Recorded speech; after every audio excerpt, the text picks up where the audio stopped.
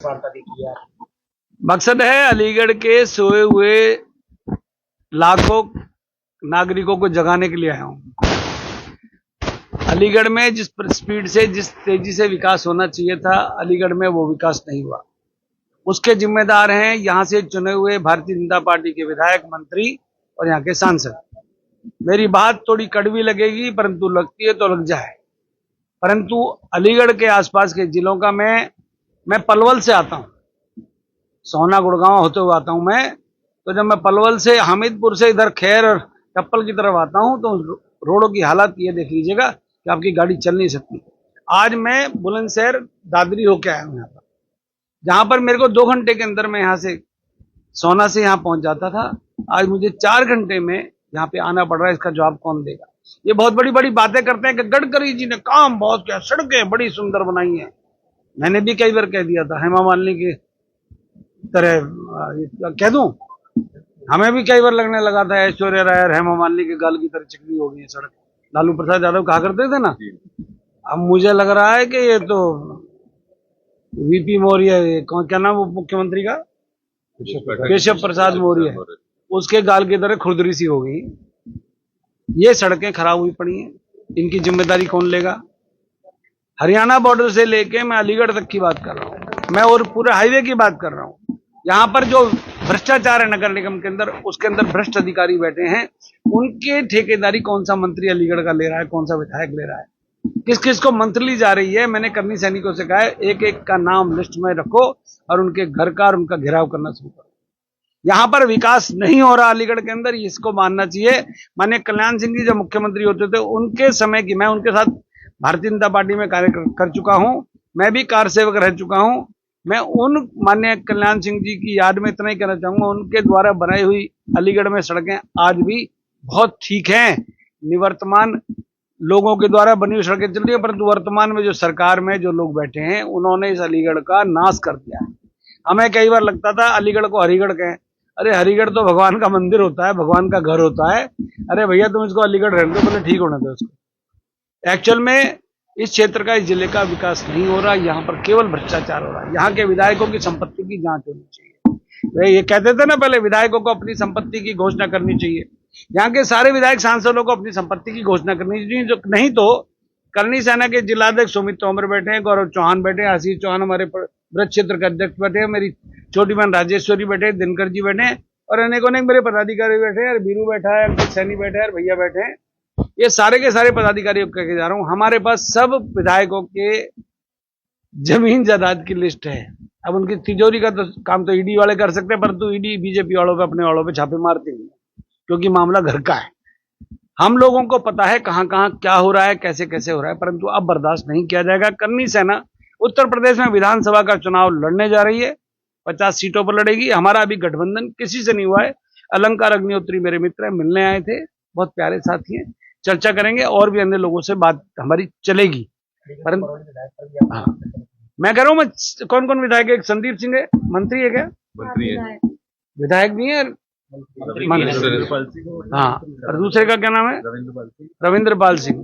तीसरे का नाम हो गया जयवीर सिंह, और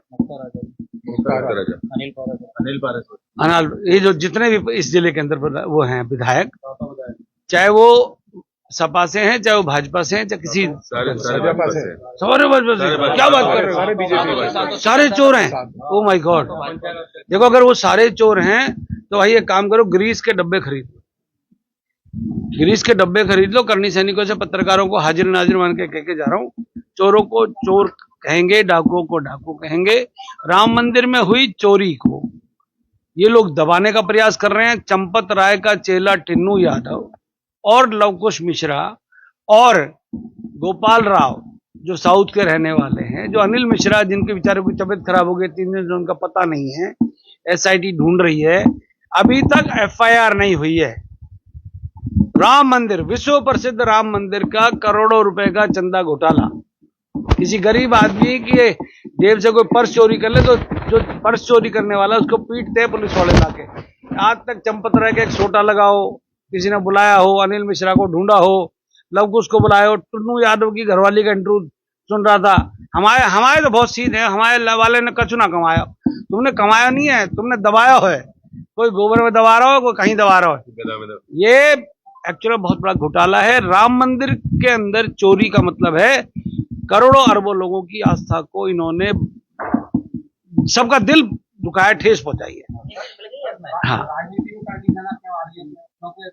अब हम हरिगढ़ अलीगढ़ करते करते रह जाएंगे भैया। भारतीय जनता पार्टी कहती है कि मैं हिंदुओं की सुरक्षा हूं, लेकिन जिस समय पर जब डाटा निकाला जाता है तो सबसे ज्यादा एहसास 9 वर्षों में हिंदुओं के ही हुए, देखिएगा, मुसलमानों के कम हुए। मैं आपसे कह रहा हूँ, डेमोक्रेसी के अंदर, हिंदुस्तान के अंदर लोकतंत्र है। संविधान के अंदर कहीं पर भी हिंदू मुसलमान नहीं लिखा हुआ। ये बात समझिएगा मेरी बात। ये सुन मेरी बात, आप दे दूं, जवाब दे दूं मैं भैया। सुन लो, UCC uniform civil code Uttarakhand के अंदर लागू हो गया, गुजरात के अंदर लागू हो गया। मैं गला फाड़ रहा हूं। यूनिफॉर्म सिविल कोड में एक समान कानून बने सबके लिए। तुम्हारे दो तो हमारे भी दो, 12-14 का जो डिफरेंस है वो खत्म हो जाएगा। चलो, यूजीसी की बात आई, इन्होंने नाश किया। इन्होंने जात पात में देश को बांटने का प्रयास किया। हमने धर्मेंद्र प्रधान का इस्तीफा मांगा, नहीं दिया। मैं आज जिस शिक्षण संस्थान के प्रांगण में बैठा हूं, मैं यहाँ पर इन बच्चों का चेहरा देखता हूं। नीट की परीक्षा लीक हो गई, सीबीएसई का परिणाम आया, जो मार्कशीट है उनको चेक किस प्रकार से किया गया, ये अन्याय किया गया है। परंतु एक नलायक, एक ऐसा देश का शिक्षा मंत्री, एचआरडी मिनिस्टर धर्मेंद्र प्रधान हटने का नाम नहीं ले रहा, क्योंकि सरकार के अंदर इस्तीफा देने का सिस्टम नहीं है। ना रेल मंत्री इस्तीफा देगा, ना शिक्षा मंत्री इस्तीफा देगा, ना वो कौन सा जो विदेश में कौन सी वो ये घटना, वो नंगे बच्चे पकड़े गए हैं जो एफस्टीन फाइल, उसके अंदर वो सरदार जी का नाम आ जाएगा। क्या नाम उसका? हरदीप पुरी। नाम तो मुझे सबके याद है, थोड़ा देर से याद आते हैं। हरदीप पुरी बाबू जी देखो आज भी चौड़ा हो गया भाई, घूम रहा है। अरे भैया, ऐसे लोगों को हटाते क्यों नहीं हो? नरेंद्र भाई मोदी, आपकी ईमानदारी के ऊपर शक नहीं है, परंतु योगी जी के ऊपर, आपके ऊपर भी शक नहीं है, परंतु आपकी जो स्टेपनी है, जो आपके जो ये घिसे हुए टायर है ना, जिनके धागे निकल रहे हैं, ये आपकी गाड़ी को चलने नहीं दे रहे। इन टायरों को चेंज करो। ऐसे नालायक लोगों को अपनी टीम में मत रखो। मैंने राजभर को नालायक कह दिया, राजभर साहब को तकलीफ हो गई। मैं तो राजभर की बात अब तो मैं कईयों की कर रहा हूं, मैं तो भाजपा के लोगों को करना शुरू कर रहा हूं।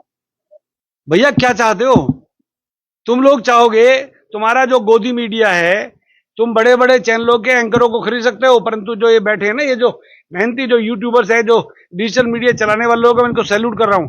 तुम लोगों के कारण जिंदा है राम मंदिर वाला घोटाला, चंदा वाला। नहीं तो अब तक तो निपटा दिए होते। आज देख रहा हूं मैं बड़े बड़े संतों को, एक वो रामदेव, वो कानिया बोलता, इतना बोलता था ये, अरे तू अब करना योगा। कहां गए अंबानी? कितना चंदा दिया बताओ ना? कहां गए अडवाणी साहब? अडवाणी जी के लिए तो आस्था है, कोई बोलने को तैयार नहीं है। एक संत एक करा था, हम माननीय मुख्यमंत्री जी का बहुत बहुत धन्यवाद करते हैं, उन्होंने एसआईटी गठित कर दी। स्वामी चिदानंद जी, अबे एसआईटी गठित किया, एफआईआर क्यों नहीं कराई महाराज? कितने चोरी करोगे, डाके डालोगे, या सारा काम इनको दे दोगे? डाके, तुम डाकू हो क्या? मैं तो रामलीला में रावण का रोल करता था भाई साहब, वो गेरुआ वस्त्र पहन के आता था। ये तो मुझे सारे रावण दिखाई दे रहे। अरे एक तो सच बोलो, कोई सच बोलने को तैयार नहीं है। राम मंदिर के चंदा के विषय पर सच बोलो, नहीं तो सन्यासी वाला ढंग छोड़ दो। आप लोग भगवा के ऊपर हमला करोगे, आप अपनी मर्जी के लोगों को चढ़ाओगे। अरे साध्वी ऋतम्बरा जी मेरी बहन हो, आप लाडली बहन हो। उमा भारती जी फायर ब्रांड नेता थी, आप लोगों ने बाबरी ढांचे को 15 मिनट के अंदर निपटा दिया। कहां चुप हो आप? क्यों नहीं बोल रहे? कारण क्या है? और अब देख लेना, 2 दिन के अंदर सारा मामला दब जाएगा, क्योंकि देश बड़ा महान है। जितने बड़े बड़े घोटाले हुए 2-4 दिन ड्रामा चलेगा, आज तक चलाएगा, इंडिया टीवी चलाएगा, जी न्यूज चलाएगा, सब चलाएंगे, उसके बाद सारा मामला ठप। सर, संगठन लगातार फेरबदल हो रहे हैं, तो इसको लेकर क्या कहेंगे? जो